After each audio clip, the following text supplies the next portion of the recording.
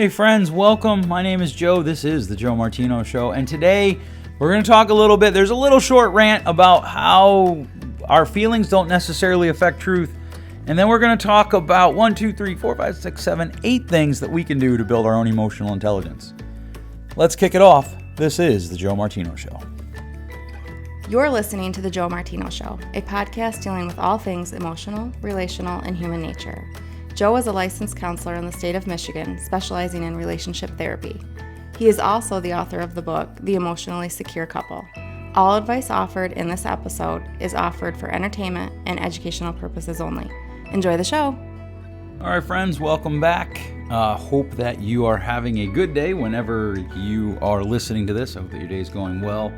I want to talk about an email that somebody reached out to me about, and then we're going to get into kind of part two of last week, and it's not really intentionally part two, but I'm just going to give you the second half of the presentation that I gave that organization, talking about some emotional intelligence builders for yourself and for others that you can do. All right, somebody wrote in and they told me that they just didn't believe that gratitude journals worked, and they were like, I've listened to a lot of your episodes, which I appreciate, and a lot of stuff you say just doesn't work. Okay. And so we kind of went back and forth. I was like, well, what's your evidence that it doesn't work? And they said, well, it doesn't work for me. And I said, okay, well, it didn't work for you. What if I found one person that it did work for? Then we're even, right? And this is a conversation I have a lot with a lot of different people on a lot of topics. The spanking topic, often people will say, well, I was spanked and I turned out okay. And,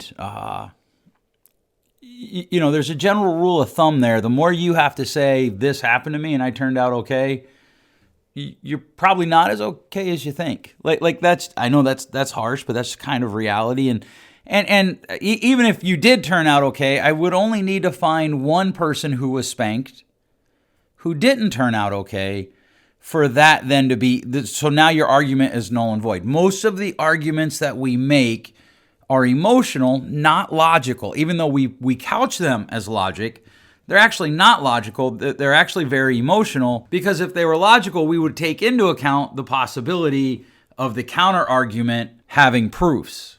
Okay, so what does this have to do with the email? Well, essentially, the person who was writing me, their argument came down to this. They felt that what I was saying wasn't helpful, or what I was saying was inaccurate. And that's fine. Like, here's the rub that we're living at in our society today. You can feel anything you want, but it doesn't make it accurate. Just because you believe something doesn't mean it's accurate. There are people who have never had kids, they've read a book or two or taken a freshman psychology class, and they have advice for people on how to raise kids. That doesn't mean it's accurate. I had a whole conversation at the gym last week with a guy who he was talking about how the problem with our society today is that we pretend that academia is static. That is to say that it doesn't move. But in reality, it has. When you say, well, in our house, we believe in science. Awesome. I want to paint a picture for you. It's 200 years ago. Your doctor is at your house. And for the sake of this, even if you're a dude, you're a wife in this illustration. And your doctor says, Madam, we need to bleed your husband. And you say to him, well, I'm not sure that that's the best thing for us to do. We've been bleeding him and it's not working. And the doctor says to you, Madam, I believe in science. Because science said 200 years ago that bleeding people was the way to cure them. And if you are Martha Washington, your husband's going to die because they believed in science. And so, there has to be some room for static movement in science and in the world. And we've moved this idea. We've done two things. Research suggests, this morning, when I wake up in the morning, I like to read kind of the headlines, kind of capture what's going on in the world. And I read an article, or saw a headline about how, if you slept with even one light on in your room, it could create some level of mental trauma for your brain. And let me see if I can find it here real quick. I know you guys are, I could just pause my recording. But essentially what it was a study of 20 people. And even the researchers had to say the changes were not overly significant. In fact, they were actually rather minor. But the implications could be. Now, here's what happens. In our desire to feel significant, in our desire to feel like we have meaning, we have married meaning with intelligence, and we've married intelligence with the idea that we can quote research. The problem is we're not very good at vetting that research. And this came out as this person and I emailed back and forth. And I finally said to him, I said, look, it doesn't matter what you believe if you can't actually do real research. And the problem is in our society is we have lost the objectivity, and we've just bought into this idea that everybody's biased, and so we can't control it. Rather than saying everybody's biased and let's control it, we've gone the other direction, and everybody's biased, and we just can't control it. So if something comes from CNN, it must be liberal, and if something comes from Fox News, it must be conservative. And if you're a conservative, you can out of hand dismiss everything that CNN says, and if you're a liberal, you can dismiss everything that Fox News says out of hand, because they're on the opposite end of the spectrum that you are. And as long as you feel like they're wrong, it's okay. And this is not working, right? This is not working. When I talk to my church friends about youth group, and I asked them, is the youth group movement working? Yes. Okay, well, tell me why. Invariably, I get outlier statistics. I don't actually get real, actual numbers, which when you look into those, there's probably some hard conversations for my church friends to have. If you look at, even conversations still about COVID and what's going on with COVID, and I know right now there's a lot of people anxious that we're staring down the wrong end of World War III. But, a lot of conversations still going on about COVID. I was just talking to someone this week who's still very concerned about COVID. They're still very concerned about how COVID might affect them. They're still very afraid. They actually wear 2 masks when they go out in public. They wear gloves. And immediately they started to talk to me about how, one of their friends gives them grief because they wear gloves, and that isn't how gloves work. And they're like, but I just feel better with the gloves on. And I asked them, I said, well, let me ask you this question. Is your friend right? And to which this answer was I think the quintessential issue here that I want to get after. It doesn't matter if my friend is technically right. What matters is how I feel. And we can choose to live that way. But it's going to be a very difficult life. I actually think that one of the reasons we have such a high increase in childhood anxiety is because we've told kids this. What you feel matters the most. And so this email, I finally was like, I appreciate you writing me. I don't know which episode you're talking about. And they had binge listened, so they were unable to pick out the exact episode. And I was like, I actually, in just a few weeks at the time of the writing, so part of this is today's episode has already been recorded before what I'm talking to you about now, even though it's going to come after. And in just a few weeks, I'm going to list have an episode where we're going to talk about a gratitude journal again, because the sample size of the research that has been done on gratitude journals is huge, and the outcomes are consistent. And that's the type of research that we need to be chasing, that we need to be pursuing. One of my former students put up today something about how her toddler isn't sleeping. And the toddler sleeps well if they take the toddler to the bed. But the minute they put him back in his crib, he screams, like lose your voice. For 2 hours, he screamed. And I wanted to write, then just let him sleep in your bed. But I didn't want to deal with all the comments that I knew would be coming that aren't actually based in science. They're based in opinion. And here's the thing. It's okay to have an opinion. I have lots of opinions that are probably not based in science. My wife and my kids help me recognize them regularly. I just didn't want to deal with the time. What do you want? What are you willing to pay? What are you willing to risk? I wasn't willing to pay the time. But I am a firm believer in co-sleeping, bed sharing, firm believer. And there are inconveniences that come from that, but there are also great outcomes. And again, there's large bodies of science to support that. And we have to stop arguing from the margins. So what does all that have to do with today? Well, today we're going to talk about some things that you can do to build your own emotional strength. A couple weeks ago, I did 10 things that emotionally strong people do. Somebody wrote in and legitimately said, hey, what are things that I do to get there? And so here they are. There's I think 7 or 8 of them. Number 1, have hobbies. You need to have hobbies if you're going to have good emotional strength, because hobbies help us build emotional strength. I go to the gym, and in fact, it was funny, just the other day, I usually get ready the night before, and my kids were up in my room. I'd gotten home late from work, so they're up in my room talking to me, and I was like, I do not want to go to the gym tomorrow, because it would be simpler to just sleep in. It would be easier to just sleep in. But there is a cognitive discipline that happens when I go to the gym that helps me emotionally. Because most of the time, the problem that we have, like when I've talked about this extensively, when we talk about anger management or emotional regulation, we're not actually talking about anger management or emotional regulation. We're talking about behavioral regulation, right? And I'm pretty sure I said it last week. I'm actually going to do a whole episode on it. Emotional regulation is feeling anything that you're feeling and bringing harm to no one. One of the ways that you build that ability is you have hobbies. Go to the gym, go fishing, go hunting, go writing, have a journal, play video games. I feel like video games get such a bad rap.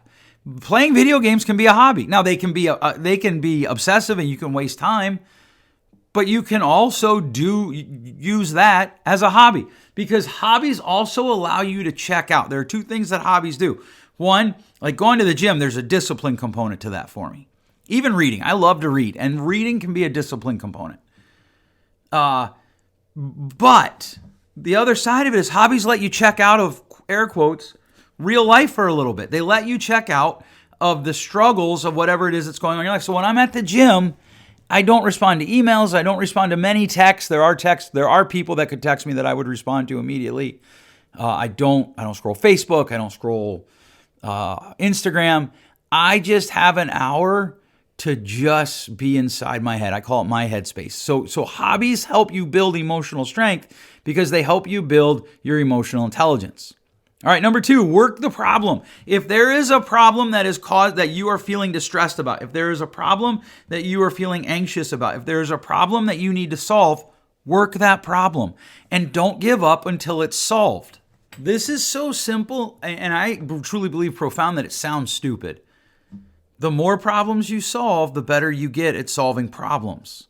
And that boosts your emotional intelligence, because you have to be able to solve problems to get through this life. I believe it was M. Scott Peck said that life is just a series of problems, and we either teach our children to solve them or we teach them to be ruled by the problems. So we could take that and paraphrase it a little bit.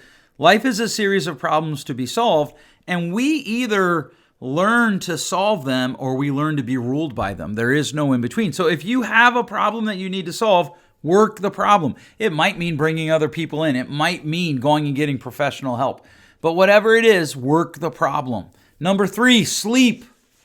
You need to get somewhere between 7 and 9 hours of sleep a night, and you can't make up. So if you sleep for 3 hours the next 2 nights, you can't be like, okay, well, I'll sleep 15 hours and that will help me feel better. Now, you can catch up, so to speak, right? But the best thing you can do for your emotional wellness is to get regular sleep. Well, Joe, I struggle to sleep. A lot of people do. And so then you got to start looking at things. Where I start with people is, tell me when you turn screens off or TVs off before you go to sleep. And there is some research that says you can do certain screens. If the room is bright enough, you can do certain screens. And I think part of it is we don't do well handling anxiety. We think anxiety happens to us rather than anxiety is our response to stress. And so we lose sleep because we worry about problems that we can't solve at 3 a.m. And rather than seeking out strategies, this is why sleep comes after work the problem, rather than seeking out strategies to jettison that anxiety, we embrace it. Number 4, engage in what I call a 15-minute book. This is a book that you read specifically for some sort of development in your life, professional development, personal development, financial development. I guess those really be the only 2 broad categories, professional or personal. But a 15-minute book. This is a book that you read for 15 minutes every day, at least 5 days out of the week. And for some of my friends who are like, I never read books, I wish I had time, I hate that phrase. In fact, my response, what I'd like to say to that phrase, I can't actually say on a podcast because it might violate FCC rules. I'm kidding. I probably wouldn't violate FCC rules. But I just laugh. You do what you want to do when you want to do it, period. You make time for the things that are important to you. So if reading is important to you, you'll make time for reading. And so those 15 minutes are really important. And here's what happens. One of my daughters was like, I just don't like reading. Another one of my daughters loved reading, and there is this diversion of children, right? Like, so, okay, well, she likes reading, so I'm not going to like it. And that's fine at some level, I suppose, because that's normal. I think the danger there is what happens is that you have to outgrow it. And my daughter that didn't like reading, at our school, they have to read for 20 minutes every day, 5 days a week. Suddenly she found that she likes reading. And now here 2 or 3 years later, every once in a while I get an email from Amazon, oh, hey, your 2 books have shipped. I'm like, I didn't order 2 books. Oh, my daughter, who doesn't like to read, ordered 2 books because she spent 15 minutes a day, 20 minutes a day reading for a year. So, just pick a 15-minute book. And a lot of people don't read any books in a year. So if you picked one 15-minute book, you would probably get through 2 books this year. If you picked and just read one 15-minute book at a time, you would get through 2 books. And if you picked books that caused you to think or expanded your knowledge base or helped you better understand something, you would gain in other ways. Number 5, engage in something bigger than you. One of the things that we do often is we make the world about us. And this actually hurts our emotions. When people say, I just need to be more selfish, I usually always want to spend a lot of time there because it's probably not true. What they're actually saying is they need to have more boundaries, and boundaries feel selfish because they have a poor understanding of boundaries.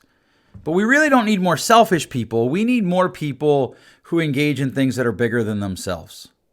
And this is good for your emotions. So join a cause. If you're passionate about single moms, join something that helps them. If you're passionate about teenagers, join something that helps them. If you're passionate about elderly care, join something that helps them.